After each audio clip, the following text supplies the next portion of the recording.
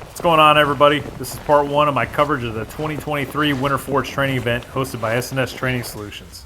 This is an annual event that S&S Training Solutions has put on for about 4 years now. I've attended 3 of those 4 Winter Forge training events. And I gotta say, guys, it's been some of the best, most fun training I've partaken in. This year's training event marked the 10-year anniversary of S&S Training Solutions, and in celebration of this, it would be a joint training evolution with both Life Fighter Studies Group and One Shepherd.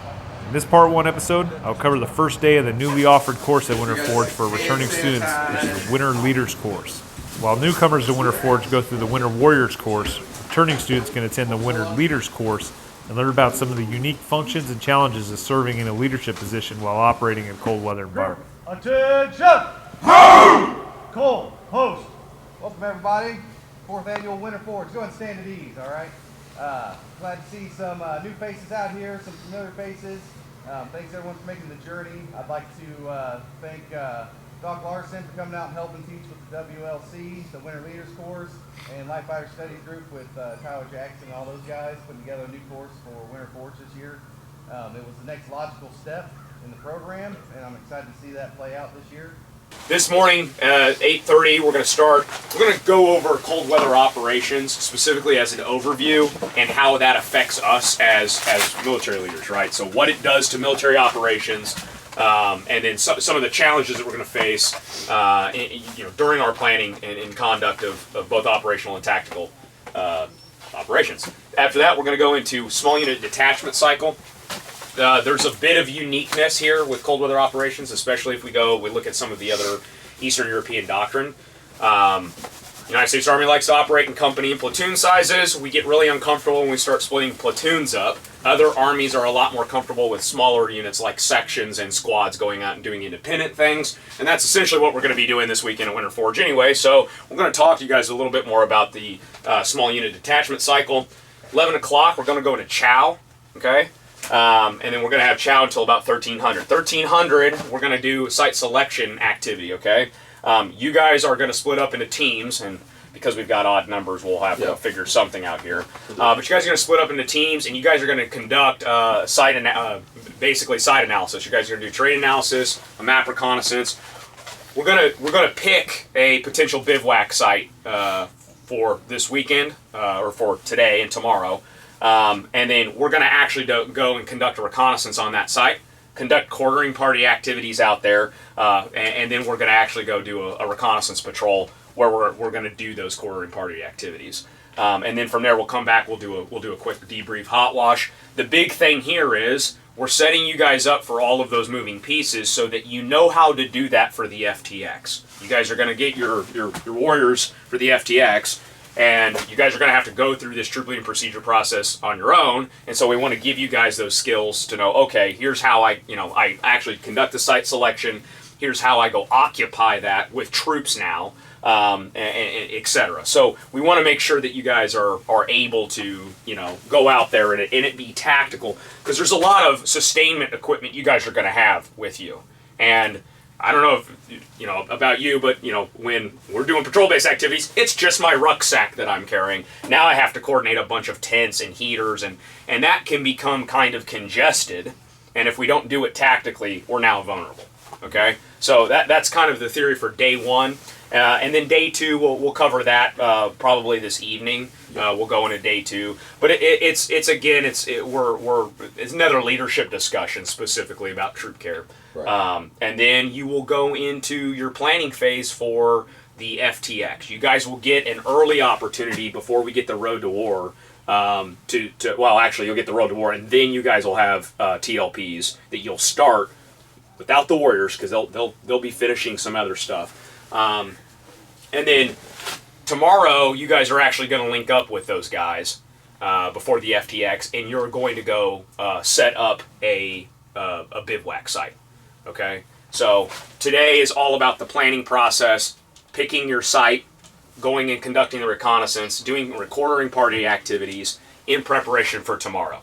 And then tomorrow, once you guys get the students, you're all going to go do a patrol and actually set up a bivouac site with them. Because they're doing dry runs right now on tents and how to set everything up, but they're not doing it tactically yet.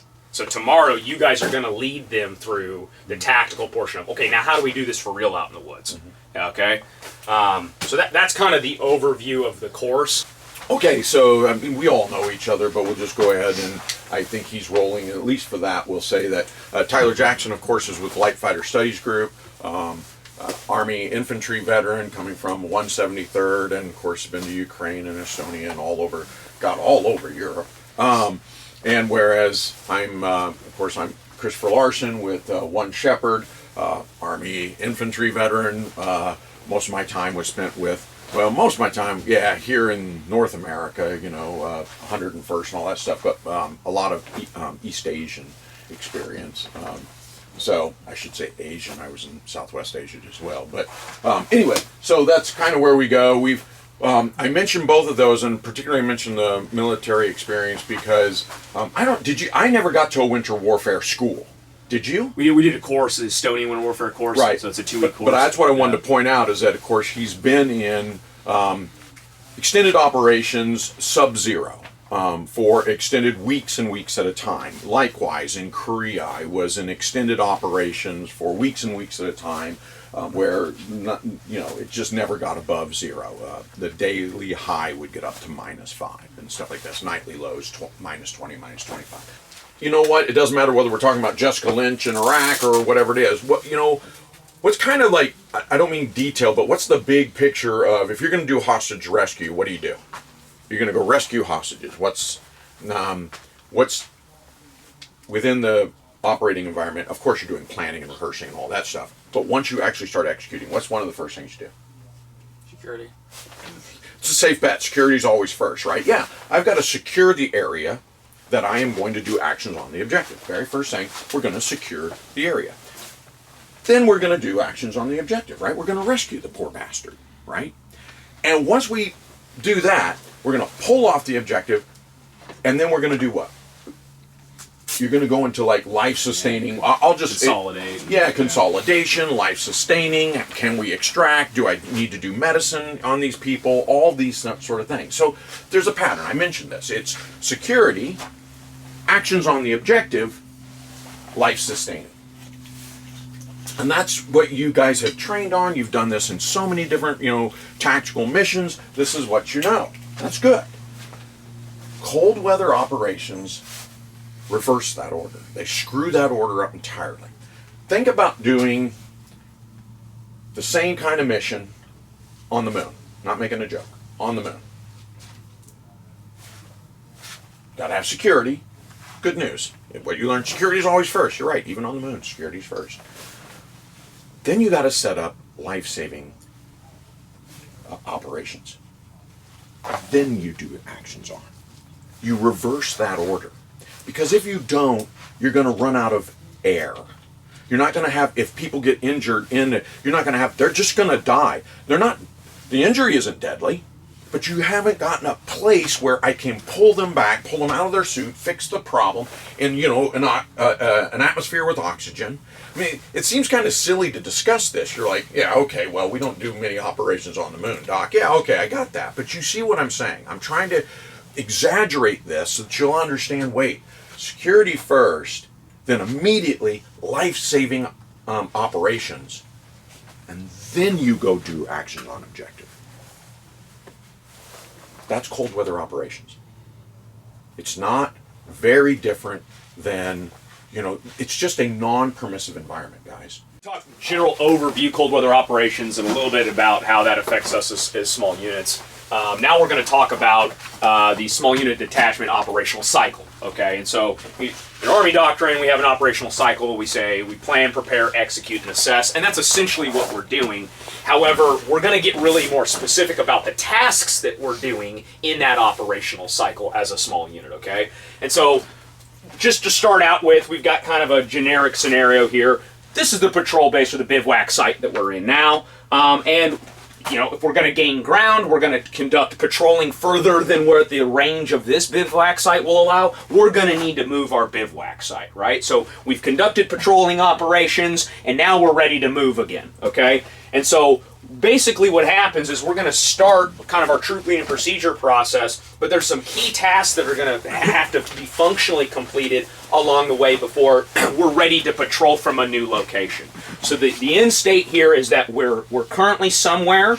We're going to move the bivouac site to another location so that we can conduct small unit patrolling from that, okay? So the very first thing we have to do as leaders is we're going to go into our planning phase, and we're going to we have to select the bivouac site, right? And later today we're going to go into that class where you guys are going to go through site analysis and selection. So I won't go too much into detail, but the important part here is that we have to plan. Okay, so the very first thing we're doing is we're planning, and we're specifically looking at potential primary and secondary sites. And I say potential because during this process, we might get somewhere and realize, nope, that's terrible. We can't be there and we need to go somewhere else. So generally speaking, what we do is we select a primary and secondary potential site, or what we call tentative site, okay? So we generally do that through a map reconnaissance first. We look at the map. Hey, here's our map. Where would be a good place to put the bivouac site? And then we go through a quick analysis of that. Whatever we come up with as the tentative plan, we need to confirm that. We talked about some of the challenges with cold weather operations. What you don't want to have happen is you move your troops to a potential location and it's terrible. Now you've run into a whole new problem. It's not just in temperate environment, well, we'll just move another terrain feature or so. You might not be able to do that in time enough for you guys to get intense and get warm again. So it's going to be really critical that when we're in small unit detachments that we're sending out reconnaissance. Physical reconnaissance. We get in a bad habit in the U.S. military of only doing a map recon and then just la-di-da-di everybody move out. Yeah. In this case, remember, everything's going to take longer. We plan a physical reconnaissance party, and they actually go conduct that site survey to confirm, okay? So that's the big thing that they're doing here. And again, we'll go into a little bit more detail of what the exact tasks are for that reconnaissance party. You guys are going to go do one, and you're physically going to go do those tasks. But essentially what they're looking at is they're looking at the track plan from the current patrol base to the new, or excuse me, the current bivouac site to the new bivouac site. That's going to be important. I'll explain here in a little bit. They're looking at the track plan. They're specifically, when they get to the site, they're going to look for the defensibility of it. And the two big things that they're looking for is what are the inner and outer security perimeters? Okay, and this is what's different about a bivouac site defense than a patrol-based defense. They're specifically looking at inner and outer security perimeters, specific defensive positions for both, and they're really making sure that the site is, they're going to be able to actually occupy it with the layout, the physical space of however many tents and people you have, okay? And we'll talk about that a little bit more. You're basically going to go there and you're going to mark tent sites, okay? And that's kind of important too for a handful of reasons. Now there's different ways to do these other mechanics, okay? So don't get stuck in this mindset of it's got to be linear this way every single time. The bivouac site selection planning phase, that's going to happen first no matter what. But then when we start getting into the movement phase, we've got the reconnaissance team that's out, and so I'll just go ahead and draw those guys now. So the reconnaissance team gets kicked out somewhere, and they're going to go do a site survey. They're going to treat this as if it's a patrol. This is a tactical patrol. They're leaving their security, and they're going to come look for a tentative location. How many people are on this party is kind of important, right? And the things they take with them, you know, I know you were kind of keying in on the clever trick of keeping an empty rucksack with equipment. They need to have enough life support equipment themselves to be successful in this, okay? There's a few different things you can do here. One is the reconnaissance party can radio back and say, hey, this looks good. We're over here, make your movement type of thing, right?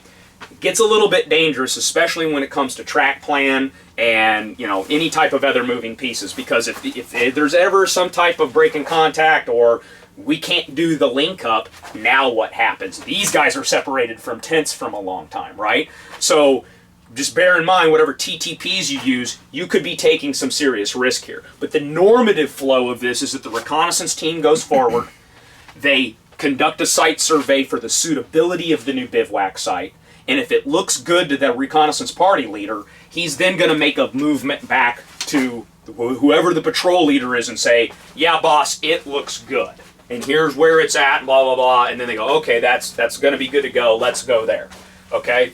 While they're there, one of the things you have to take into consideration is whether or not you're going to be occupying this in the day or in the nighttime.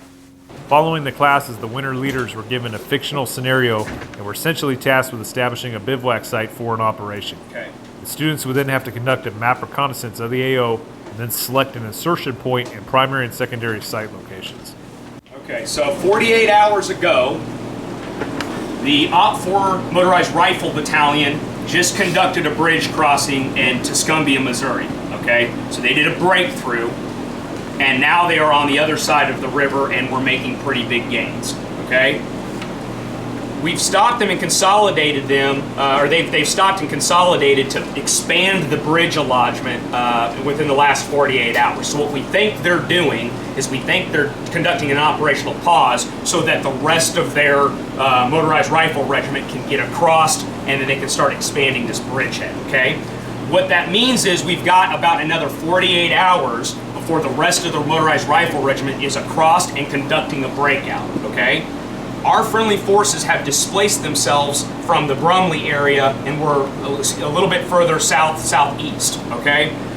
We were up here occupying the AO that we're on now, but we had to displace because we also had a secondary breakthrough over here near Brumley, okay? So now we've pulled back, we've consolidated, we've let higher know, and our regiment is now reacting to this, and hopefully we can conduct a containment. What the regiment needs from us is to conduct a counterattack in Ullman in the next 48 hours.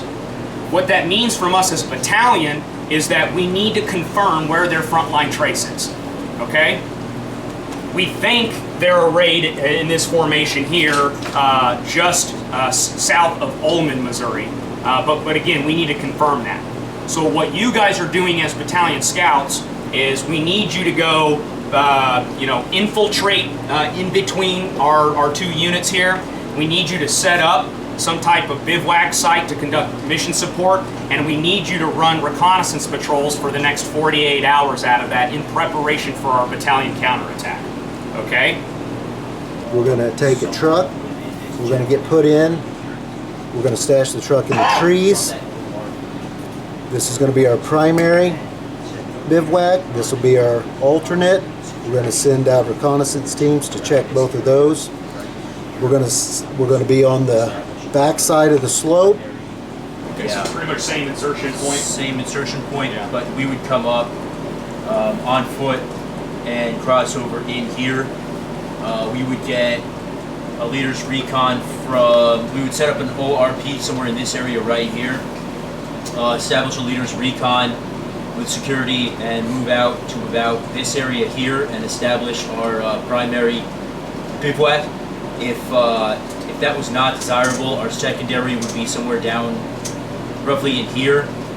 After the site selection exercise, the winter leaders' course was loaded up in a Unimog and taken out to the training area in order to check out the areas that were selected on their map.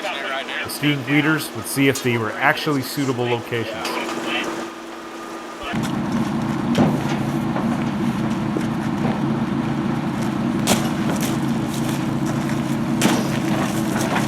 So part of that as a reconnaissance team is sighting that in for the patrol commander to go, yep, here we've already identified some of these friction points that you might find, etc. So what about the route coming in? Is this something we think we could find our way back easy enough? Yeah, this one's pretty easy. Okay, yeah.